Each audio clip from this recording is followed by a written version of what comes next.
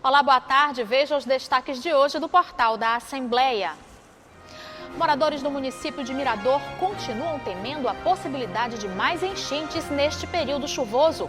As mudanças que podem ser feitas durante a janela partidária que acontece até o dia 1º de abril. Conheça a lei que determina que hospitais e maternidades ofereçam treinamento de primeiros socorros aos pais de recém-nascidos. Programa Centelha quer estimular empreendimentos inovadores no Maranhão.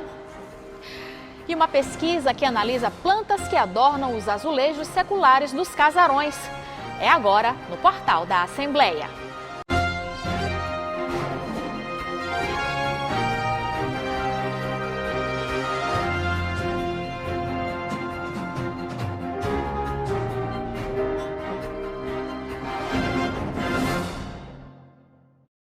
E a gente começa falando ao vivo com o repórter Ronald II, que traz pra gente as informações sobre a agenda parlamentar da semana.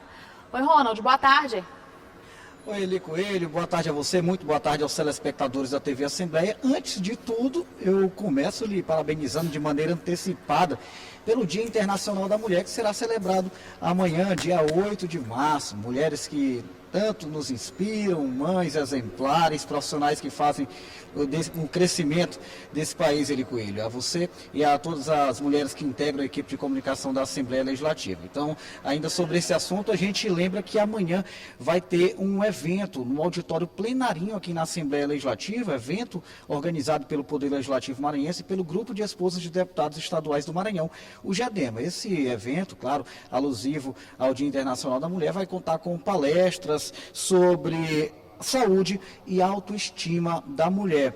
Ainda lembro, Eli Coelho, que a Assembleia Legislativa do Estado do Maranhão aprovou uma lei que institui o Dia Estadual da Mulher Maranhense. Esse dia vai ser celebrado no dia 11 de março, portanto, 3 dias aí após o dia 8 de março.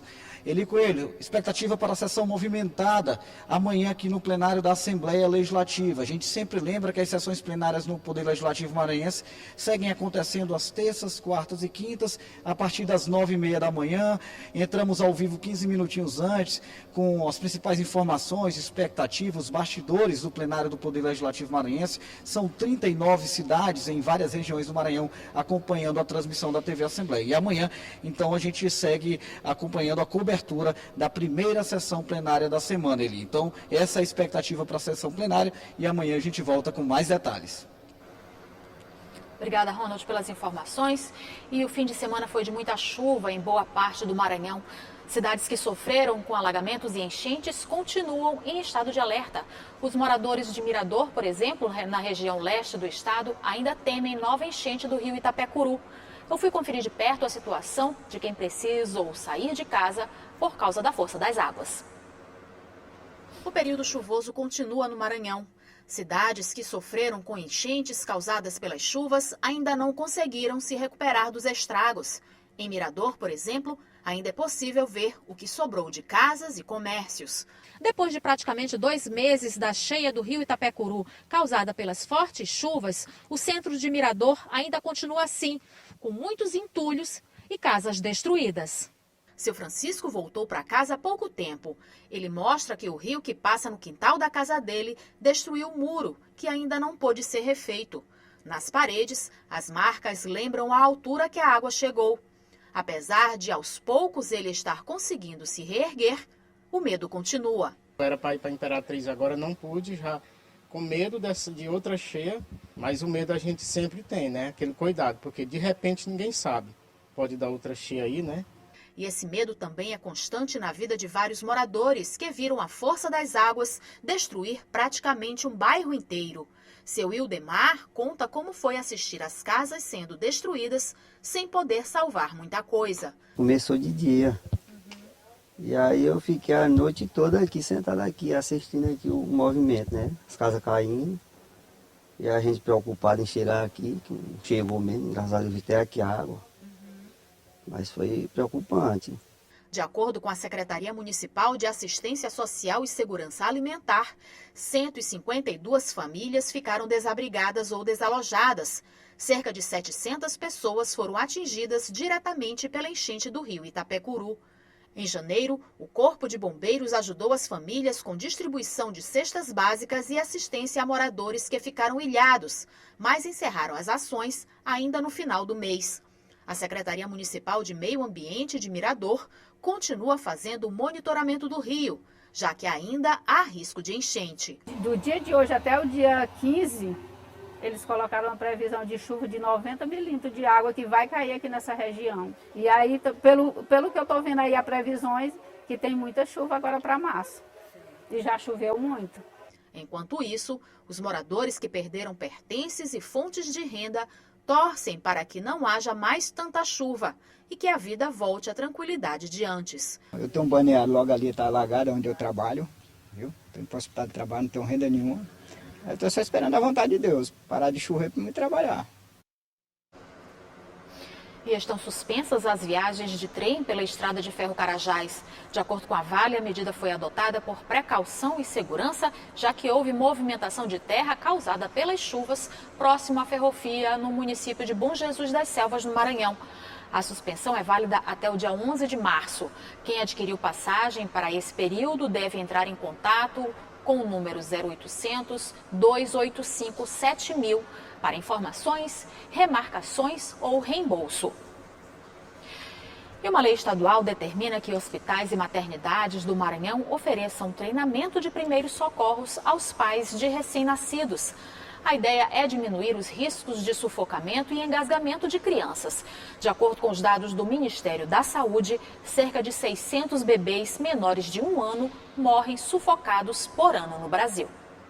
A Aline é enfermeira e trabalha há 6 anos oferecendo um curso de capacitação e orientação para mulheres que sonham em ser mães ou que estejam gestantes. Além de técnicas específicas, ela também explica em um dos módulos do curso como os pais devem proceder em situações de risco, como engasgamento ou morte súbita da criança. O ideal é que a gente informe tanto a mãe sobre as possíveis dificuldades da amamentação, sobre a importância da amamentação, como ela vai conduzir esse processo, como ela vai alistar nesse processo de aprendizagem, porque aprende a mãe e aprende o bebê. Então esse bebê ele acaba de nascer, é tudo muito novo, a mãe também está ali em processo de adaptação, então devido a isso os dois vão passar por esse processo de aprendizagem.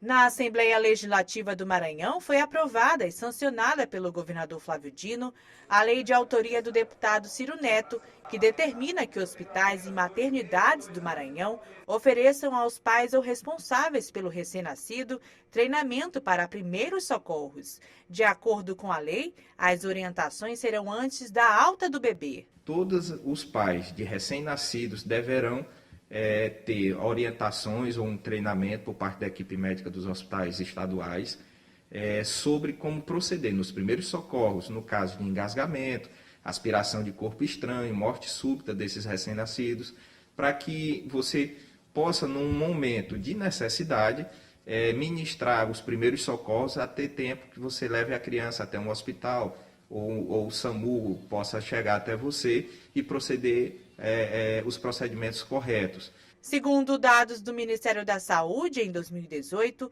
mais de 700 crianças de até 14 anos morreram vítimas de sufocação. Desse total, 600 tinham menos de 1 ano de idade. A pesquisa mostra ainda que crianças menores de 4 anos são particularmente mais vulneráveis a sufocações e engasgamento, já que suas vias aéreas são pequenas. Por isso, ainda nessa idade, é necessário ficar atento a algumas dicas de prevenção. É o que explica essa enfermeira. Um dos maiores medos na hora da amamentação é esse bebê engasgar. Se esse bebê engasgar, o que a gente deve fazer? A manobra de REMIS, que é a manobra de desengasgo, ela é uma técnica fácil, só que na hora dá um desespero. Então, na hora desse desespero, a gente precisa manter a calma, o que não é fácil, ou pedir ajuda a alguém que estiver perto. O que acontece? Enquanto eu estou amamentando, esse bebê, ele pode se engasgar devido ao fluxo de leite. Saiu muito leite, um exemplo, quando a gente engasga com água. Então, a gente precisa coordenar sucção, deglutição e respiração, e esse bebê, por estar em processo de aprendizagem, ou devido a um grande fluxo, ele pode não conseguir naquele momento. E veja no próximo bloco as mudanças que podem ser feitas durante a janela partidária, que acontece até o dia 1º de abril. E o programa Centelha quer estimular empreendedores inovadores no Maranhão. Você acompanha logo após o intervalo.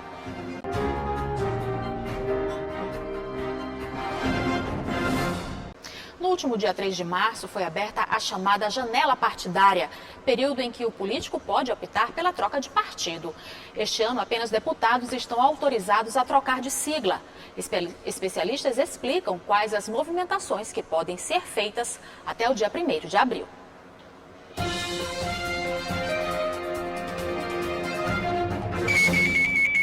A Justiça Eleitoral abriu no dia 3 de março a chamada janela partidária, período de 30 dias para que deputados estaduais e federais possam fazer a troca de partido.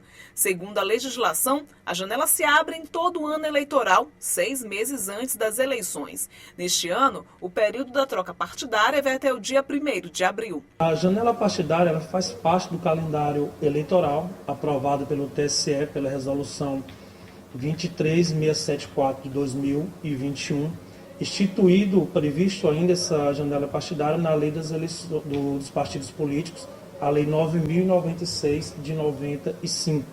É o período compreendido entre 3 de março e 1º de abril.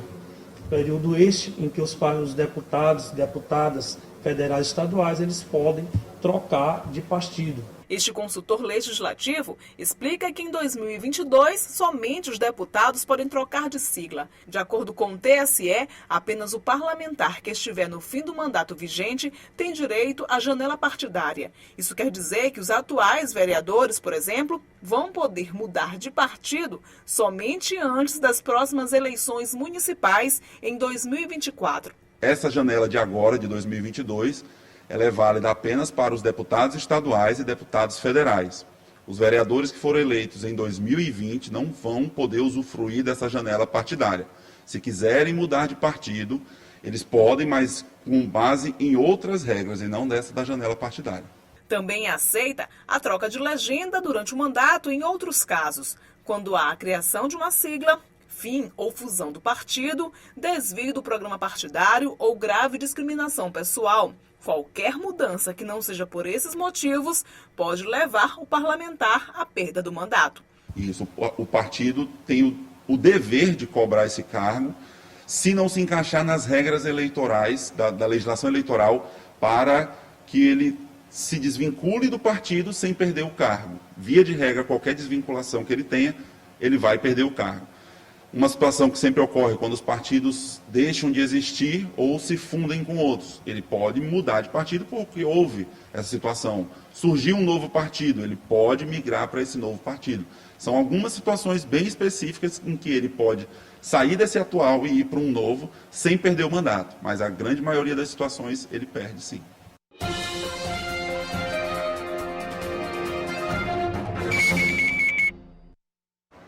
Começou hoje o prazo para a entrega da declaração do Imposto de Renda Pessoa Física 2022. A principal novidade este ano é a restituição ou pagamento do imposto por Pix. Outra novidade é que os testes de Covid vão poder ser deduzidos como despesas médicas, mas a opção só é válida para os testes feitos em laboratórios. Os comprados em farmácia não podem constar na dedução. O imposto de renda pessoa física deve ser entregue até o dia 29 de abril. Mais informações no site gov.br/Receita Federal. A Fundação de Amparo à Pesquisa e Desenvolvimento Científico e Tecnológico do Maranhão, FAPEMA, está coordenando o programa Centelha, que tem o objetivo de estimular empreendimentos inovadores no estado através de incentivo financeiro.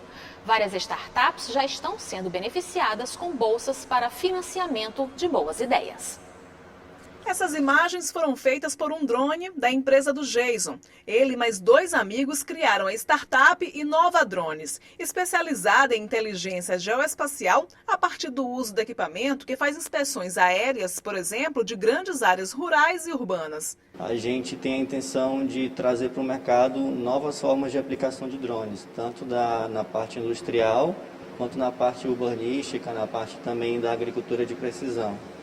Então a nossa ideia é oferecer serviços inovadores nesse sentido, como a consultoria DAS, que é chamada Drone as Service, Então a gente oferece todo um pacote a partir de uma consultoria prévia que a gente faz com as empresas, com os clientes. Com a ideia inovadora, a startup acabou sendo selecionada pelo programa Centelha, coordenado aqui no Maranhão pela FAPEMA. O objetivo é estimular empreendimentos inovadores no estado por meio de uma bolsa de auxílio financeiro. Nós estamos disponibilizando recursos financeiros para que sejam aplicados diretamente nos projetos, uma infraestrutura para que as empresas possam se incubar, ou seja, se instalar para se beneficiar de conexões entre elas e também de mentorias, que são capacitações direcionadas para que eles tenham acesso a conteúdos tais como gestão de projetos, gestões financeiras, gestão de marketing, e é alicerçado nessa tríade que a gente vem desenvolvendo um programa exitoso aqui no estado do Maranhão.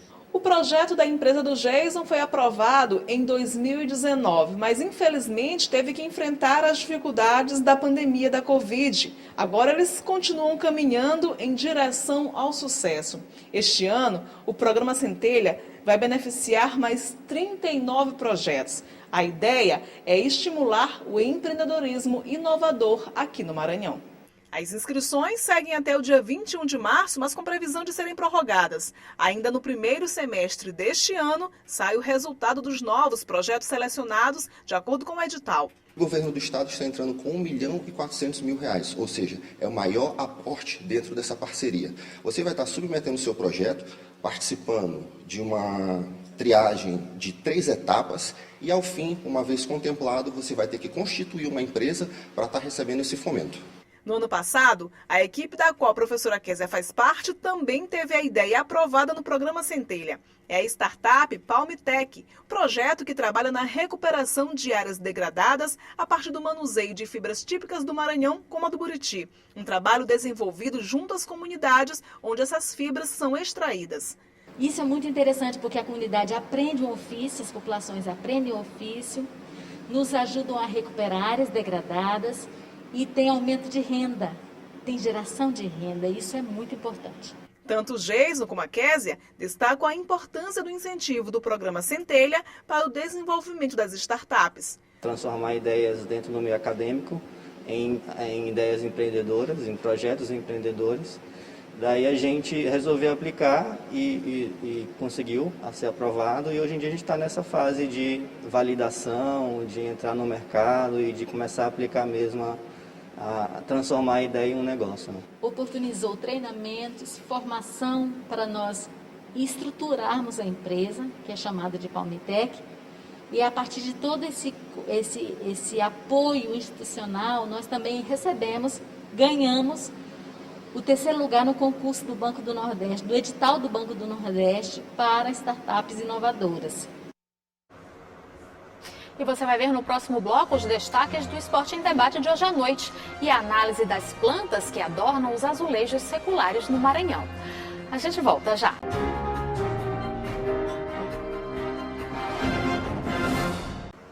E hoje à noite tem Esporte em Debate. Juraci Filho faz o convite para você. Passando para fazer um convite bem legal para você aqui na TV Assembleia. Hoje tem Esporte em Debate. Nós vamos falar sobre o Campeonato Maranhense, a decisão do primeiro turno confirmada para o dia 12, Copa do Nordeste. Sampaio tropeçou de novo. E vamos trazer matérias especiais destacando a escola de sinuca gratuita em São Luís. Tudo isso e muito mais no Esporte em Debate aqui na TV Assembleia. Eu espero por você. Até lá.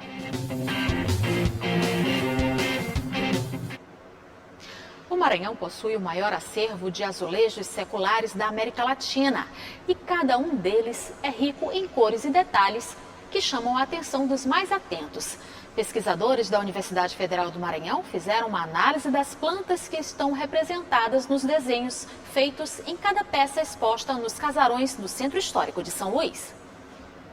São Luís possui o maior aglomerado urbano de azulejos do século XVIII e XIX em toda a América Latina.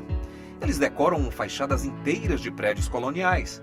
A combinação com ruas de pedra de cantaria cria um ambiente de saudosismo e nos faz viajar pelo tempo. Mas você já parou para olhar bem de pertinho os detalhes impressos nos azulejos? Este professor do curso de Biologia da Universidade Federal do Maranhão coordenou uma pesquisa que revelou detalhes impressionantes destas peças tão comuns no dia a dia dos maranhenses. Então, a origem dessa pesquisa ela vem muito de um olhar de alguém que é de fora, né? Porque o que a gente percebe é que as pessoas, por ter tanto contato com os azulejos, não percebem as ilustrações que tem ali, porque vira algo corriqueiro.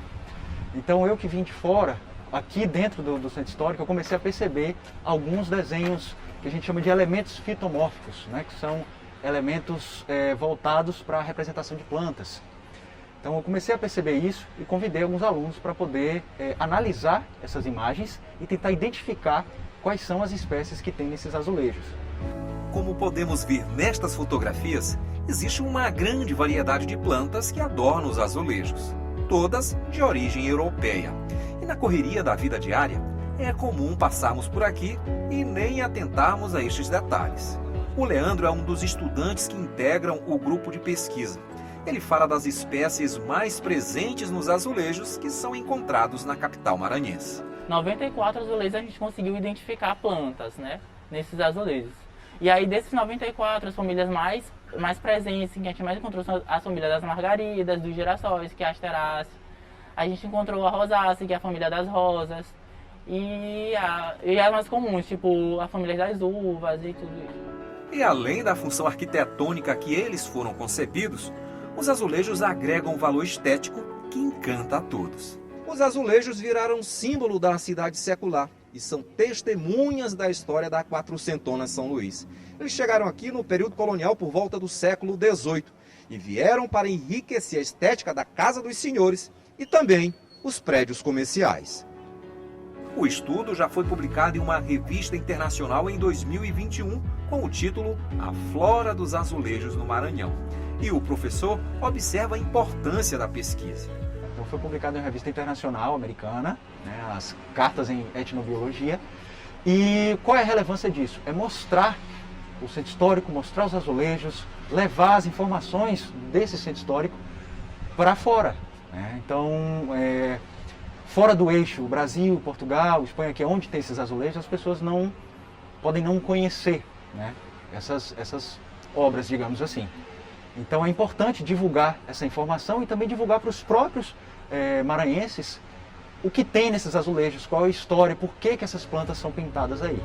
Agora, o que chama a atenção nessa história toda é que as peças embelezam nossa arquitetura há mais de 3 séculos. E mesmo após tanto tempo, os azulejos ainda são capazes de nos surpreender. Agora, da próxima vez que você passar pelo Centro Histórico de São Luís, ande devagar, pare e observe bem de pertinho, porque só se percebe as surpresas da vida quem está atento para observá-las.